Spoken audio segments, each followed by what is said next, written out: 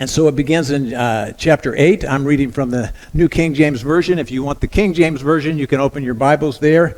But here's what it says. But Jesus went to the Mount of Olives.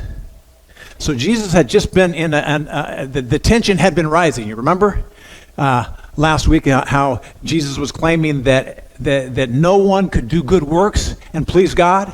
And he said that he was the only way, that he was the bread of life. And finally, at the end of chapter 7, the Pharisees were about ready to try to arrest him, but they couldn't get their guards, and they couldn't get one of the Pharisees to go along with it. So Jesus wasn't arrested. Now he shows up in Jerusalem in chapter 8. And it says, but Jesus went to the Mount of Olives. Now early in the morning, he came again into the temple. So Jesus, after the Feast of Tabernacles, was in the habit of going to the temple. He went again early this morning, and all the people came to him and sat down and taught. And he sat down and taught them. So here Jesus comes to the mount, comes down from the Mount of Olives. He goes into Jerusalem. He sits down. And he begins to teach the people, and a crowd begins to gather, and they want to hear what he has to say. He's intrigued them, not only because they saw his miracles, but they heard his teachings, and they realized there's something here. This must be. Some of them were thinking he was a prophet, and some of them were thinking he was the Messiah. And it says, then the scribes and the Pharisees brought to him a woman caught in adultery. Okay, the scribes and the Pharisees were out to get Jesus because he was threatening to take away their position of authority. He was threatening to be the one in authority, and so they came up with a plan. And it was an airtight plan. It was a plan that was sure to put Jesus in his place. It was sure to trip him up.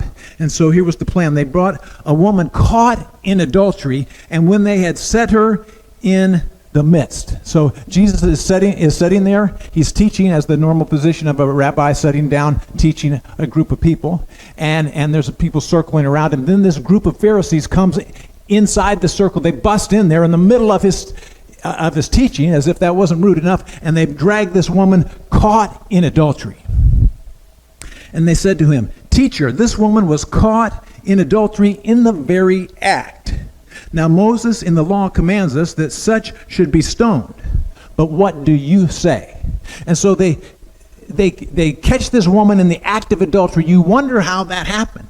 Were they looking for this? Were they waiting for this to happen? Somehow they caught this, and they caught her in the act. Now, do you see anything missing in this story so far? Just a woman is not going to be caught in the act of adultery, right? It takes two. And yet somehow they were there, right at the right spot, at the right time. They catch this woman. Apparently either the guy is too quick or they've already had it planned. One of two. But anyway, they just dragged the woman there. And so it was all these guys, Jesus, and one woman. Let me ask you this. Just put yourself in that position. How would you be feeling right now? I'd be shook. And I would also be shamed.